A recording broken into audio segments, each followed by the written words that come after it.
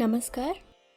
कहानी गोल्ड में आज सुनिए वरिष्ठ लेखिका सुधा आदेश जी की लिखी कहानी मेरी बहू पल्लवी। हमारा जीवन कोई जंग नहीं है मीना कि हर पल हाथ में हथियार ही लेकर चला जाए। सामने वाले के नहले पर दहला मारना ही क्या हमारे जीवन का उद्देश्य रह गया है? मैंने समझाने के उद्देश्य से कहा, अब अपनी उम्र को भी देख लिया करो। क्या हो गया है मेरी उम्र को? मीना बोली। छोटा बड़ा जैसे चाहे मुझसे बात करे, क्या उन्हें तमीज न सिखाऊं? तुम छोटे बड़े सबके हर काम में अपनी टांग क्यों फंसाती हो? छोटे के साथ बराबर का बोलना क्या तुम्हें अच्छा लगता है? तुम मेरे सगे हो या विजय के? मैं जानती हूं तुम अपने ही खून का साथ दोगे। मैंने अपनी पूरी उम्र तुम्हारे साथ गुजार दी, मगर आज भी तुम मेरे नहीं अपने परिवार के ही सगे हो। मैंने अपना सिर पीट लिया। क्या करूं मैं इस औरत का? दम घुटने लगता है मेरा अपनी ही पत्नी मीना के साथ। तुमने खाना मुझसे क्यों न मांगा? पल्लवी से क्यों मांग लिया? सिर दर्द की दवा पल्लवी तुम्हें क्यों खिला रही थी? बाजार से लौटकर तुमने फल सब्जी पल्लवी को क्यों पकड़ा दी? मुझे क्यों नहीं बुला लिया? मीना अपनी ही बहू पल्लवी से अपना मुकाबला करे तो बुरा लगना स्वाभाविक है। उम्र के साथ मीना परिपक्व नहीं हुई, उसका अफसोस मुझे होता है।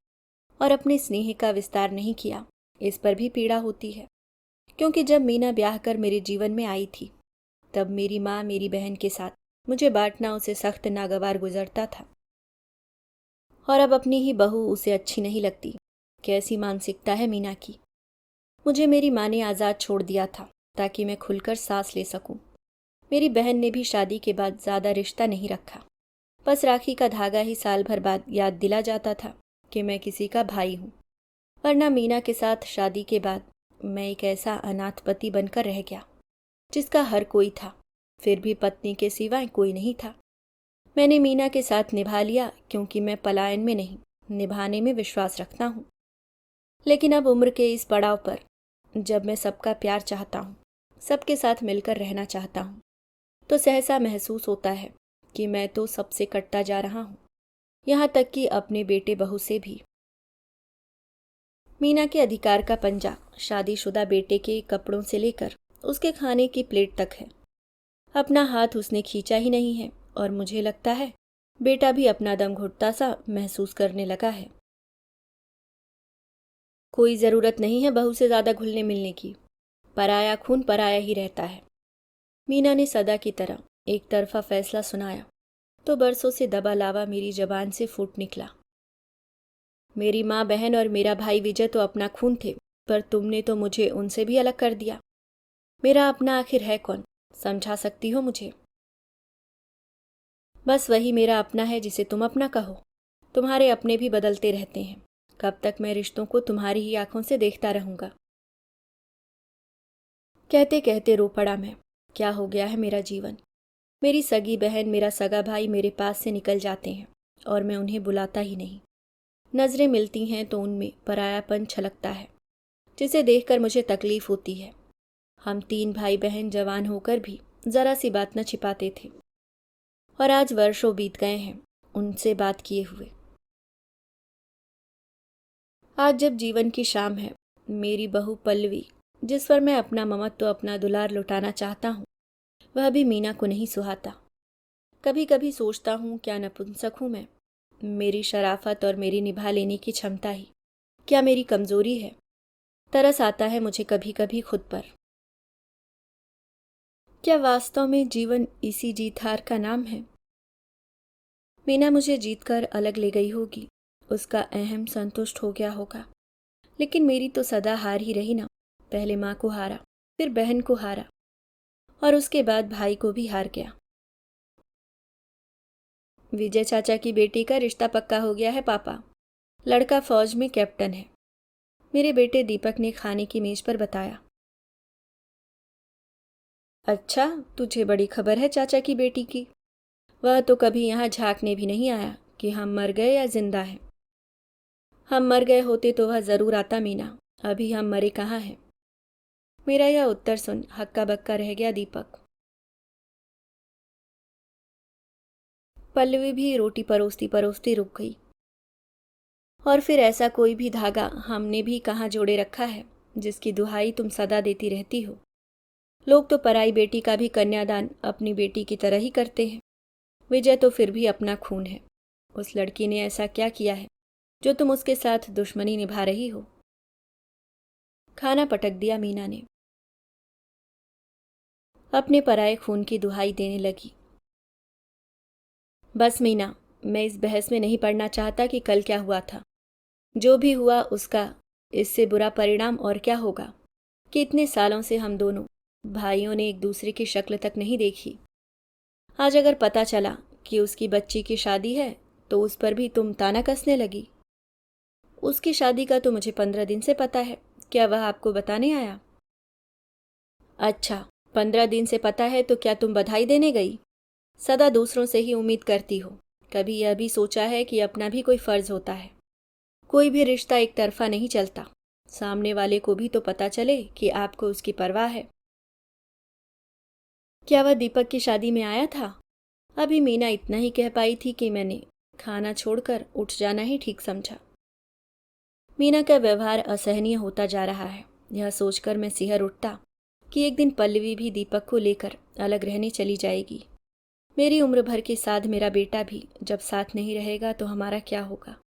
शायद इतनी दूर तक मीना सोच नहीं सकती है। सहसा माली ने अपनी समस्या से चौंका दिया। अगले माह भतीजी का ब्याह है। आपकी थोड़ी मदद चाहिए होगी साहब। ज्यादा नहीं तो एक जेवर देना तो मेरा फर्ज बनता ही है ना। आखिर मेरे छोटे भाई की बेटी है।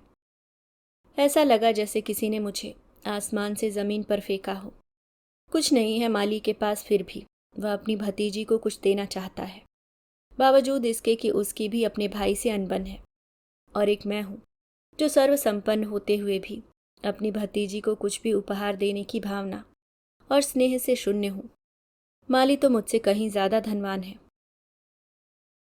पुश्तैनी जायदाद के बंटवारे से लेकर मां के मरने और कार दुर्घटना में अपने शरीर पर आए निशानों के झंझावात में फंसा मैं कितनी देर तक बैठा सोचता रहा। समय का पता ही नहीं चला। चौंका तो तब जब पल्लवी ने आकर पूछा, क्या बात है पापा, आप इतनी रात गए यहां बैठे हैं? धीमे स्वर में पल्लवी बोली, आप कुछ दिन से ढंग से खा पी नहीं रहे हैं। आप परेशान हैं ना पापा? मुझसे बात करें पापा, क्या हुआ? जरा सी बच्ची को मेरी पीड़ा की चिंता है, यही मेरे लिए एक सुखद एहसास था। अपनी ही उम्र भर की कुछ समस्याएं हैं जिन्हें समय पर मैं सुलझा नहीं पाया था, और अब बुढ़ापे में कोई आसान रास्ता चाह रहा था कि चुटकी बजाते ही सब सुलझ जाए। संबंधों में इतनी उलझनें चली आई हैं कि सिरा ढूंढने जाऊं तो सिरा ही ना मिले। कहाँ से शुरू करूं जिसका भविष्य में अंत भी सुखद हो? खुद से सवाल कर खुद ही खामोश हो लिया। बेटा, वह विजय को लेकर परेशान हूं। क्यों पापा, चाचा जी की वजह से क्या परेशान है? उसने हमें शादी में बुलाया तक नहीं। बरसों से आप एक दूसरे से मिले ही नहीं, बात भी नहीं की, फिर वह आपको क्यों बुलाते? इतना कहने के बाद पल्लवी एक पल को रुकी, फिर बोली, आप बड़े हैं पापा, आप ही पहल क्यों नहीं करते? मैं और दीपक आपके साथ हैं। हम चाचा जी के घर की चौखट पार कर जाएंगे तो वह भी खुशी होंगे। और फिर अपनों के बीच कैसा मान अपमान। उन्होंने कड़वे बोल बोल कर अगर झगड़ा बढ़ाया होगा तो आपने भी तो जरूर बराबरी की होगी। दोनों ने ही आग में घी डाला होगा ना। क्या अब उसी आग को पानी की छींट डालकर बुझा नहीं सकते? अब तो झगड़े की वजह भी नहीं रही।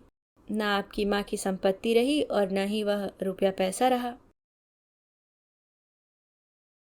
पल्लवी के कहे शब्दों पर मैं हैरान रह गया। कैसी गहरी खोज की है। फिर सोचा, मीना उठती बैठती विजय के परिवार को कोसती रहती है।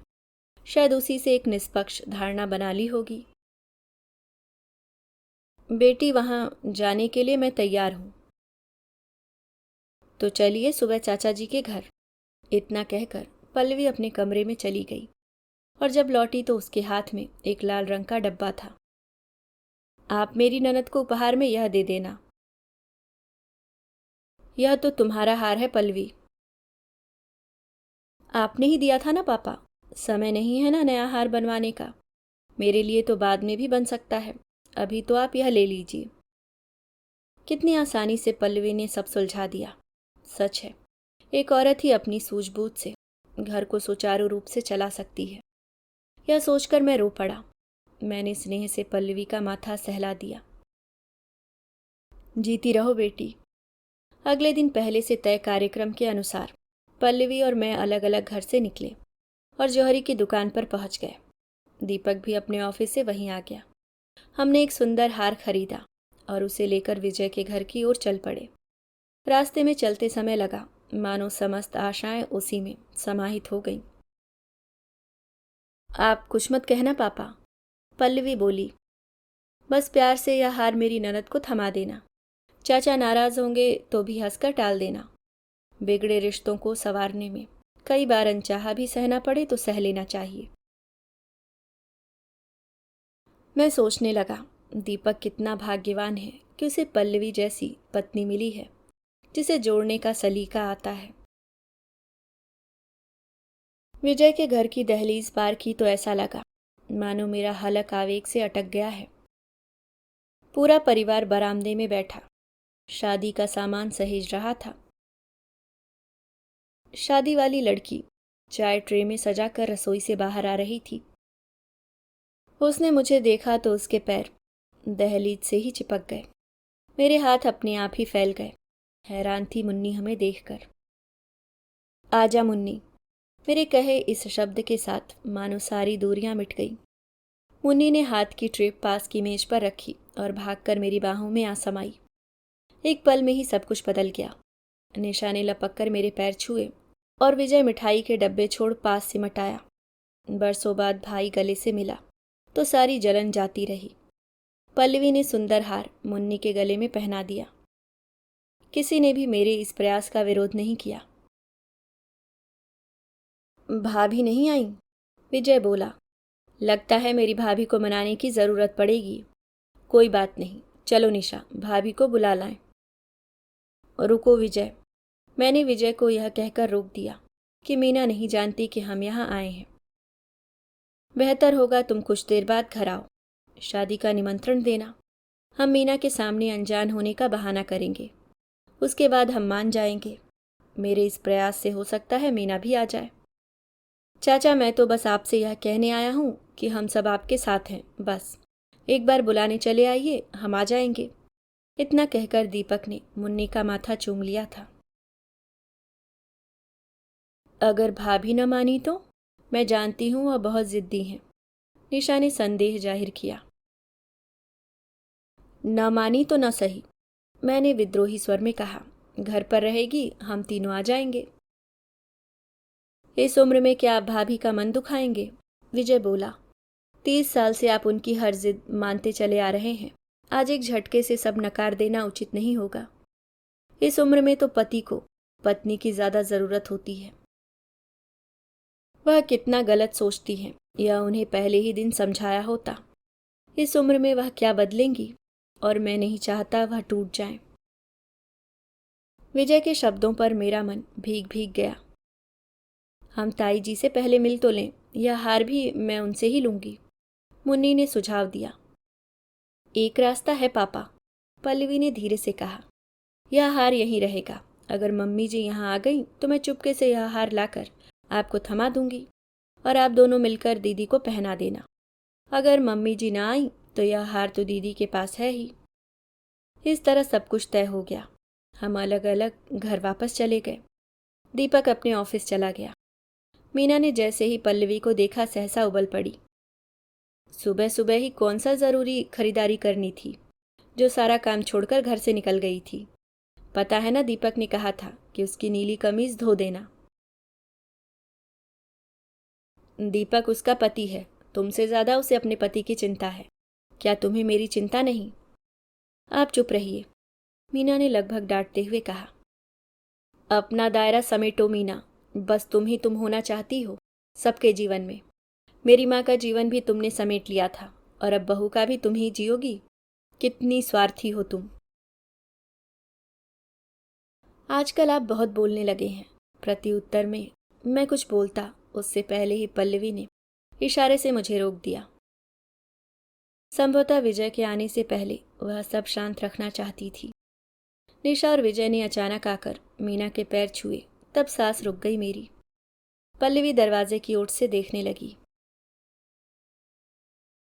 भाभी, आपकी मुन्नी की शादी है, विजय विनम्र स्वर में बोला। कृपया आप सपरिवार आकर उसे आशीर्वाद दें। पल्लवी हमारे घर की बहू है, उसे भी साथ लेकर आइए। आज सुधाई भाभी की, सारे शहर में न्योता बांट दिया और हमारी याद अब आई। मैंने मीना की बात को बीच में काटते हुए कहा। तुमसे डरता जो है विजय, इसलिए हिम्मत नहीं पड़ी होगी। आओ विजय, कैसी हो निशा? विजय के हाथ से मैंने मिठाई का डब्बा और कार्ड ले लिया। पल्लवी को पुकारा, वह भी भागी चली आई और दोनों को प्रणाम किया।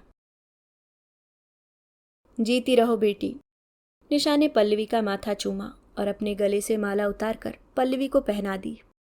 मीना ने मना किया तो निशा ने यह कहते हुए टोक दिया कि पहली बार देखा है इसे दीदी, क्या अपनी बहू को खाली हाथ देखूंगी? मूक रह गई मीना। दीपक भी योजना के अनुसार कुछ फल और मिठाई लेकर घर चला आया।